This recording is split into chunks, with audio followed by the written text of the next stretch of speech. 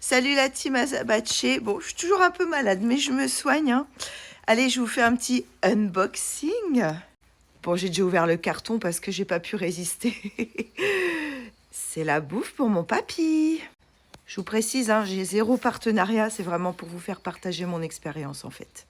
Et comme il va falloir assurer une transition, parce qu'un cheval, ça se change pas de nourriture comme ça du jour au lendemain.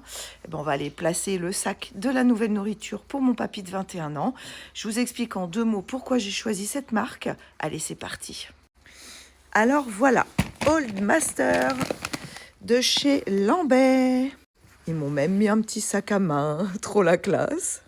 Avec pour la première commande, voilà. Bon, c'est dommage parce que ça, c'est un sticker, ça va se barrer. Mais c'est pas très grave, on s'en fout. C'est pour vous expliquer pourquoi j'ai choisi cette gamme. Ouais, il est tôt, hein, le jour s'est pas encore levé, mais moi j'ai déjà été livrée. Alors, mon papy avait jusqu'à maintenant cette gamme-là. Il s'appelle Kinox, mon papy. Très bien, je suis très satisfaite de la sélection de chez Dinavena Senior. Mais voilà, mon papy, il a des pathologies qui deviennent de plus en plus importantes. En plus, on attaque la saison des pluies en Bretagne. Yes, alors là, c'est parti, on va se faire saucer la tronche. Fatalement, au niveau des articulations, d'ailleurs, ça se voit, hein, tu vois là. Et ben, que ce soit mes articulations, celles de mes chats, celles de mes chevaux, celles de tout le monde, ça fait très mal en ce moment. Et puis même pour le temps qui va suivre, j'ai changé la nourriture parce que dans la pathologie de Kinox, il y a arthrose, il y a shivering, tu sais, quand il va lever le postérieur comme ça, puis il va trembler et paf, il va le reposer d'un seul coup. Ça, c'est pas de la mauvaise volonté du cheval, c'est une maladie. Elle est irréversible. Tout ce qu'on peut faire, c'est limiter les symptômes avec de la vitamine E. Et encore, c'est pas prouvé parce que c'est une maladie qui est très peu connue et très peu étudiée. Et il est éparvin osseux suite aux entraînements de course qu'il a subis lorsqu'il était plus jeune, comme la plupart des trotteurs. Maintenant, papy est en retraite, mais pour son moral, il continue quand même à faire des petites balades, à faire des petits trucs. Parce qu'ici, on laisse pas tomber les vieux.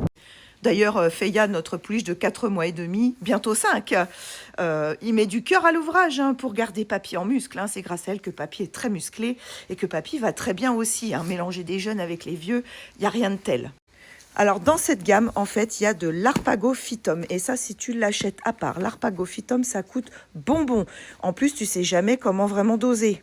Ouais, parce que qui va faire la prise de sang pour voir les marqueurs de l'inflammation ou pas? Non, on y va un peu à la louche, hein, même si c'est marqué les quantités qu'il faut respecter. C'est jamais très précis. Or là, j'ai déjà des doses prédosées, donc ça c'est top. Je risque pas de surcharger les reins, je risque pas de faire en sorte que ça parte dans les pipis ou dans les cacas, parce que oui, quand c'est pas digéré, bah forcément, hein, tu payes pour rien. Alors, je rappelle qu'un cheval qui a de l'arthrose, ça sert à rien de trop le nourrir. Faut le nourrir, comme on dit, just balance, comme ils disent les Anglais. Bon, comme on est en France, on va dire qu'il faut le nourrir pile poil. Faut pas qu'il soit trop gros, mais faut pas qu'il soit maigre. Ça, c'est vraiment un travail d'orfèvre et de précision. Tu étudies ton foin toute l'année, parce que selon tes livraisons, t'as pas le même foin avec les mêmes principes, la même nutrition à l'intérieur. Tu utilises aussi les prélèvements de ton herbe pour savoir si elle est grasse, pas grasse, avec du sucre, pas de sucre. Et par-dessus, bah, tu as l'aliment qui vient compléter tout ça. À savoir que la base de l'alimentation chez le cheval, ça reste quand même le foin et l'herbe. Les compléments alimentaires sont des compléments alimentaires. Le granulé chez moi n'est pas la base de l'alimentation. Je le réhydrate systématiquement, hein, parce que je t'ai déjà expliqué, les ulcères gastriques, pour la plupart, proviennent aussi du fait qu'on ne réhydrate pas les aliments secs, que le cheval doit produire un nombre incalculable de litres de salive pour réactiver tout ça, que ça pompe la muqueuse de l'estomac. Bref, chacun sa façon de voir, mais moi, c'est la mienne. Alors oui, pour les gérants d'écurie, c'est chiant hein, de faire tremper les rations, je le comprends. Mais pour un propriétaire de cheval, c'est toujours mieux que de payer des médicaments, payer des visites et avoir un cheval inconfortable. Allez, on va transporter le sac dans le congèle de l'autre côté, on va l'ouvrir et on va regarder comment c'est fichu.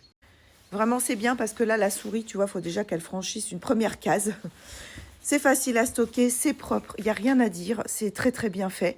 Alors que quand je regarde chez Agrial Pro, par exemple, où je commande le reste de la nourriture pour mes autres chevaux, puisque je suis en Dinavena pour les autres, la souris, elle a juste un petit trou à faire et elle te bouffe tes rations.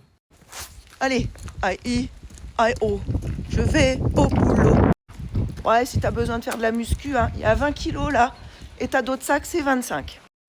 Bon, comme tu me sais, si tu suis ma chaîne, je calcule mes rations à peu près tous les 6 mois pour vérifier en fonction de mes chevaux, de leur état, etc. Et plus, hein, s'il y a un changement d'état, voilà. Et là, bon, bah, c'est la ration pour l'hiver. Donc ça, c'est le Dinavena. Tu vois, c'est à base de fibres, avec des petits granulés, évidemment, des petites choses qui sont prêtes à digérer. Hein. Ça, c'est intéressant, parce que le maïs n'arrive pas comme ça dans l'estomac du cheval directement. Hein. C'est extrudé quasiment. Et on va comparer avec notre lambais. Voici le lambais, donc déjà d'aspect beaucoup plus gras.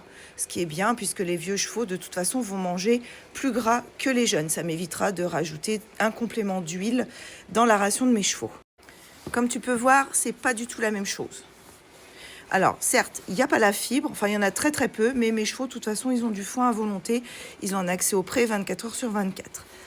On peut voir qu'il y a pas mal de petites choses dedans. Tu as de la carotte, etc. Mais surtout, tu as l'arpagophytum et ça, c'est top.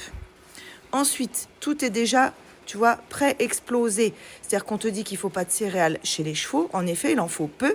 Pourquoi ? Parce que la céréale va passer le cacum et ensuite le sécum, pardon, et ensuite ne va pas être digérée. Elle va être rejetée telle qu'elle. Or là, tout est déjà travaillé pour que ça soit bien digéré par le cheval.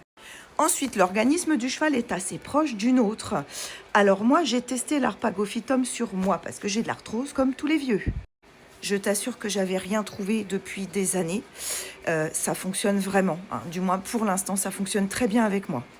Alors je me suis dit, vu que ça marche sur moi et que j'ai fait cobaye, eh ben, je m'en sers aussi pour mon cheval. Sur ce, je vais te souhaiter une très bonne journée. Travaille bien. Moi, je vais aller les nourrir et on se revoit d'ici quelques semaines pour faire le point, pour savoir si cette alimentation correspond ou pas à Kinox, parce qu'il faut un mois quand même de transition. Et ensuite, il va falloir bien un mois avant de commencer à jauger les premiers résultats sur le corps de mon cheval. Bisous.